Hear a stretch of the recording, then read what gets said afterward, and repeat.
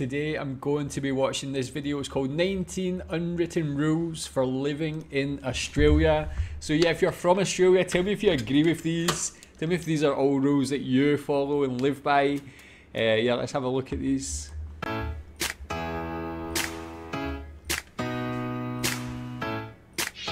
are some unspoken rules in Australia that go without saying, but the only problem is, if you've not grown up with these rules, they might take a bit of getting used to.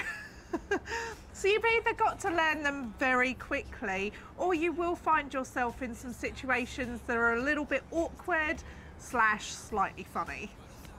More awkward. More awkward, yeah.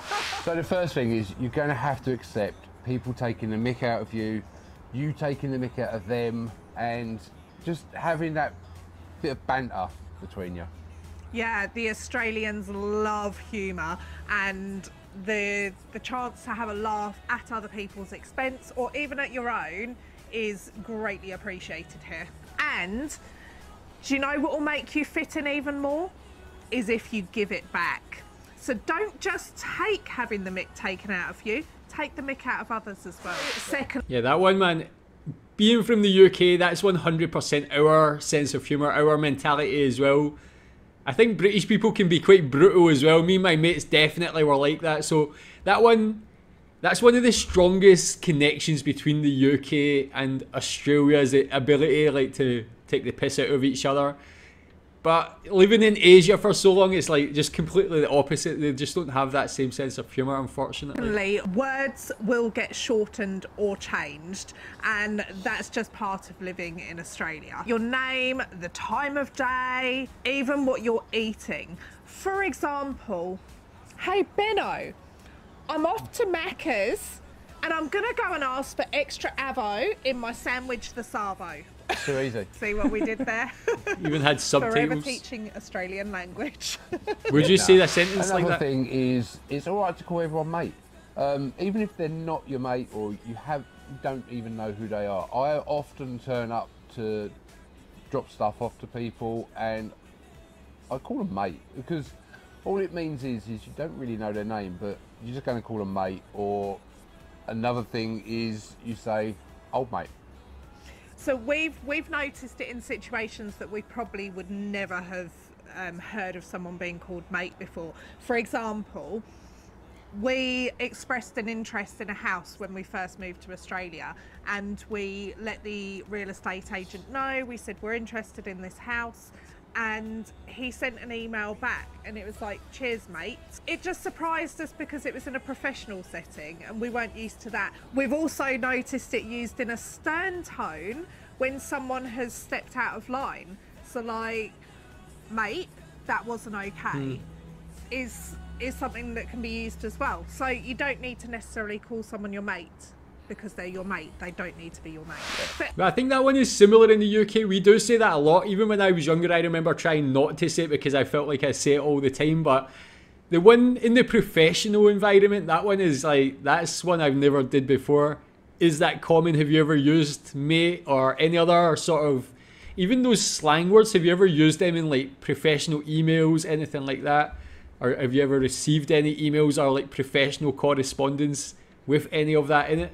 Anyone who is not Australian, being greeted with how's it going can be a little bit peculiar at first, and you don't quite know how to respond to it. How's it going? For the first couple of years, when people were saying how's it going, I actually came out with, oh yeah, I'm feeling pretty good today. But that's not what they was actually expecting. For non-Australians, it does feel kind of awkward to begin with because you just don't know. But it seems to be more of a rhetorical question. Probably at most you would say something like, yeah, good, thanks. But other than that, you don't really tend to actually respond. They don't want a detailed response. It's a greeting, only a greeting. That one as well, maybe in Scotland, we say like when we greet someone, we'll say like, all right, mate. So it's kind of like asking, are you all right, mate? But you don't really, no one answers it like, oh yeah, I'm good. They'll just say, all right, mate. They'll say it back, something like that to you. So I guess it's kind of a similar thing to that where you don't really expect the answer. Maybe if someone answers, you would think it's like weird. You'd be like, I didn't mean to ask you a question there, really. So notice when people are unhappy about how someone's acted, or they're feeling a bit disgusted on how they've done something, they often say it's very un-Australian. Being un-Australian seems to be a real insult. So if someone has done something that's not really the right thing by another person, they could refer to them as, that was really un-Australian behaviour. And that's pretty much the biggest insult that we've heard since we've been here. To be called that is, you know, quite disgraceful. Is that even worse than the C word? But that one, I've obviously seen the un-Australian adverts and stuff. Tell me, what's the most un-Australian thing you've ever seen or someone's ever did in your presence? It seems to be used in circumstances when someone has done the wrong thing by others. I've never been called un-Australian. I haven't been called un-Australian either. I think you have to be really scummy to be called un-Australian. And also, furthermore to that, doing the right thing is considered to be a very good quality here. And it's kind of an expectation that you do the right thing by other people. You've got to be very fair dinkum. And doing the right thing actually includes things like paying people fairly and not trying to underpay someone. So if you wanted a job doing at your house, you're expected to pay someone a reasonable amount of money, a fair pay. And if you try and underpay people, we've seen it a number of times on the community pages, people will call you out and people will call you a grub for trying to underpay. It's considered very poor form and a very low act. What's a grub? Being called a grub would be very insulting, as well as being called un-Australian. It's not okay to try and underpay people here. So while paying people a fair wage is expected, tipping isn't. Tipping is not part of Australian culture. Treating everybody equally is part of Australian culture. And it does not matter what your background is, you will have the same opportunities and also be spoken to in exactly the same way as anybody else. The Australians don't care whether you've come from wealth, they don't care whether you've got a nice house, they don't care about any of these things. You're treated exactly the same wherever you come from, whatever you have, as it should be. But a major thing we notice here in Australia, Australians and the people that should come and visit care massively about the environment and the surroundings around them. It's such a beautiful country and the Australians really do take pride in it. And that is an expectation that anybody who is here takes part in that pride and really looks after. It should be the same for anybody anywhere, really. But it is also very noticeable that the Australians care deeply for the wildlife here, and it is an expectation that everybody respects it. And even little things like if you see a dead kangaroo on the side of the road, you're supposed to go and check its pouch to make sure there's not a joey in there. If there's a joey, obviously you would take it to a wildlife rescue. If it you ever had to do that? Like a painted cross on it, then it means someone's already checked the pouch. Okay. But there's a higher level of care that we have noticed for the Australian wildlife. We've noticed that Australians do actually stick to the road rules here. They either go to the speed limit or they stay under. I know a lot of you Aussies will think, well, this is an obvious thing. I know it sounds really obvious to probably anyone from Australia, but elsewhere in the world it's not quite so strict and people don't really seem to adhere to the rules quite so much. It can be something that's quite surprising to people who are not from Australia. There are hefty fines for people who don't abide by the rules. Yeah, that's the one thing I definitely noticed when I went to Australia and I was in Melbourne. I hired a car. I felt like I was in like a utopia with how everybody drove so well and so respectfully. I've driven in Malaysia for years and years. Here it's like the Wild West. It's absolutely mental. No one follows the rules. It's like people actively try not to follow the rules. They'll tailgate you so close, never use indicators. Like your life's on the line every day. When I went to Australia, I was like, I felt like I could hear like happy music in my head when I was driving. Everything was so perfect. Everybody was so respectful. Everybody driving at the same speed. It was like really delightful to drive in Australia, man. Which brings us on to our next point, which is a little bit controversial because it's not legal. But we're going to mention it anyway because it's something that we've noticed. Flashing your lights here in Australia. We've noticed it used mostly when people are alerting others that the police are Sometimes that happens around. in Scotland as well, actually. It's usually if there's a speed camera. And obviously people can use it for hazards as well, but we've never actually seen it used for that. We've only ever seen it used here for alerting someone that there's a speed camera nearby. We used to flash our lights to say thank you, or flash someone to say, go on, you can go round. That's not the done thing. Yeah, that's definitely not something that they do here. Definitely not in Queensland. I don't know if the other states are the same. Tell me if that applies to you. I always flash people to let them out and stuff. Check your speed. There's a cop around the corner.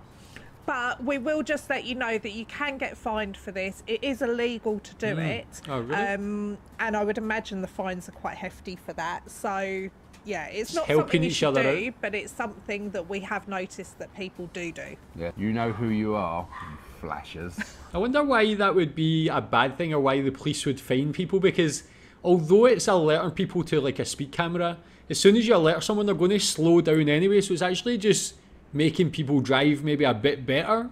It's like, I know that they're trying to stop people from getting caught on speed cameras and things, but it's only actually going to be beneficial to the driver and stuff, or to people driving on the road. So I don't know why people would get fined for that. Tell me if you've ever heard of anybody getting fined for that as well.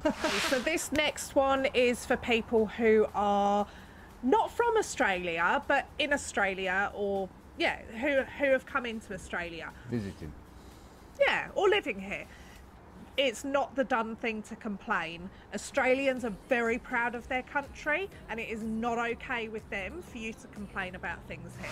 So when you're socialising and you're going to visit people, it's very much the done thing here to bring something with you. Either you decide you're going to bring the cake, like a dessert or something like that, or you're going to bring something for the barbecue, and definitely bring some grog with you.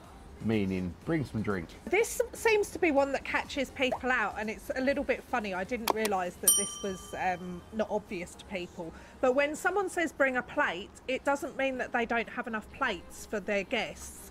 It means that people have Plate said of that. something. It means that you bring a plate with food on it to share. And it's sort of like an unspoken thing that you're going to bring some booze. Yeah, you have got to bring stuff with you if you go to someone's house or to any kind of gathering. It's expected that you bring something with you. And even if they say don't bring anything, just bring should. it. And also, if you're bringing the booze, make sure it's cold, because Australians do not like anything warm. A cold one is essential, and a cold one refers to a beer. It has got to be cold. Not just cold, but cold. This next one goes without saying. You must check your shoes if you leave them outside before you put them on again. We don't tend to leave shoes outside, but if you were to, you probably should check them before you put them on your feet, just in case there's something inside. Yeah, pretty much the only thing I leave outside, like footwear wise, is my thongs.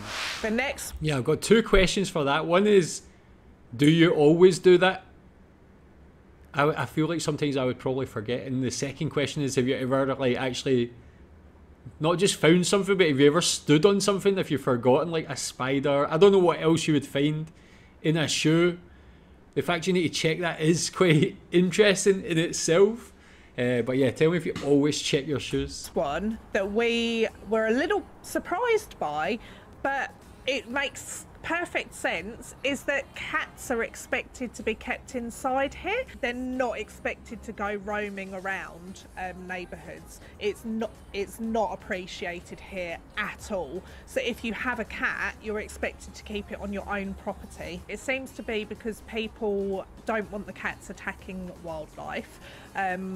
So that's why it's very frowned upon to let a cat just go roaming around here.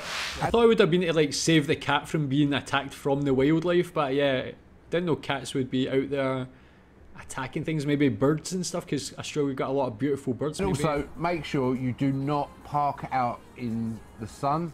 Make sure you park in the shade. It's not a case of wanting to park the closest to the shops here. You want to park wherever the shade is, because in the summer you don't want your car sat in the sun, because it pretty much becomes an oven. As we've mentioned in other videos, trying to touch the steering wheel or do your seatbelt up if your car has been sat in the sun, it burns.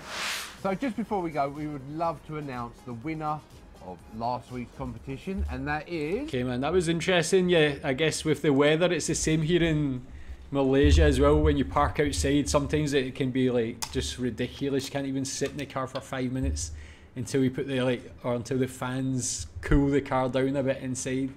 It's mental. But tell me what you think about these. Do you agree with all of these? Is there any other unwritten rules that were not on this list do you think people should be aware of? Tell me in the comments. Thanks.